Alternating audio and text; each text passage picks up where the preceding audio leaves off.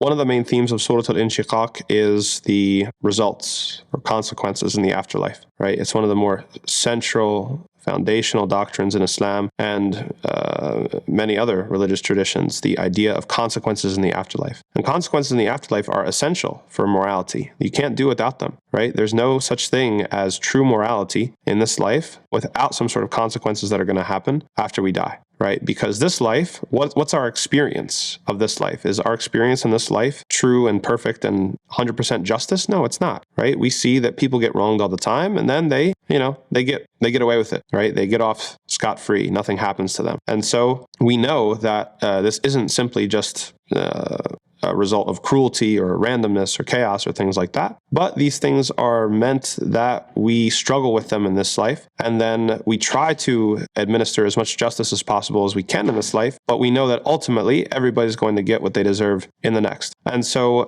Allah subhanahu wa ta'ala says something that's truly amazing, which is that what type of person would reject faith? What type of person would reject coming to believe in this sort of thing and this sort of accountability? And it has to do with basically not wanting to be held accountable, right? The people who are rejecting faith, it's not always just an issue of, well, they don't have enough evidence or they're not convinced. Sometimes it is that, but sometimes people just don't want to be held accountable. They don't want to deal with the consequences of what they have to do. They want to live life however they want to live, right? And so Allah subhanahu wa ta'ala, He says, إِنَّهُ ظَنَّ أَن لَن يَحُورَ. Like basically the person who ends up in the fire, he is somebody who believed that they would never, or hoped that they would never be held account, that they would hope that they would never be resurrected, that they were hoping with a sort of wishful thinking that they were going to get away with it. And then Allah responds, Bala, inna rabbahu kana bihi basira. It's like, no. The whole time Allah was watching him and was over him and was knowing what he did, right? And so this puts a different perspective or adds a different dimension to the idea of kufr, which is the rejection of faith, the denial of faith. It's not simply just an absence of belief in the sense that, oh, I'm not convinced, it might be or it might not be. No, Allah says further down the surah, right? He says, Bali ladina kafaru yukadhibun. Like the people who deny this, it's not just that they don't believe, they're lying, right? They're denying. They're trying to put the cover over their eyes. They're trying to stick their fingers in their ears. They know that something's going to happen in the afterlife. They know that because something's going to happen in the afterlife, they have to act right in this world, but they don't want to.